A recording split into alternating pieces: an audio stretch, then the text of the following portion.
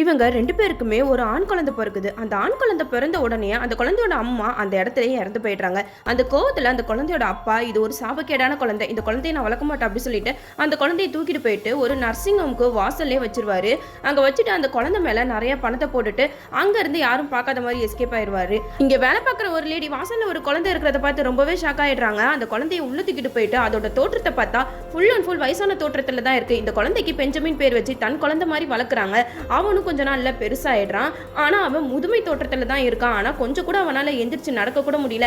அதனால இந்த லேடி இவனை சர்ச்சுக்கு கூட்டிட்டு போறாங்க. அங்க ஒருத்தர் இந்த பையனுக்காக ஜெபம் பண்றாரு. அந்த ஜெபம் பண்ணோனே அந்த பையன் கொஞ்சம் கொஞ்சமா எந்திரிச்சு நடக்க ஆரம்பிக்கிறான். அவன் நடக்கிறத பார்த்து அங்க இருக்கிறவங்க எல்லாம் ரொம்பவே சந்தோஷப்படுறாங்க. அந்த பையனை எல்லாருமே என்கரேஜ் பண்றாங்க. அதனால இன்னும் அவன் நல்லாவே நடக்க ஆரம்பிச்சிடறான். கொஞ்ச நாள் சென்று அவனுக்கு இளமை பருவம் திரும்ப ஆரம்பிக்குது. அவன் கூடவே ஹாஸ்டல்ல வளர்ந்த ஒரு பொண்ணை லவ் பண்ணி கல்யாணமும் பண்ணிக்கிறான். இவங்க 2 பேருக்குமே ஒரு அழகான குழந்தையும் பிறக்குது.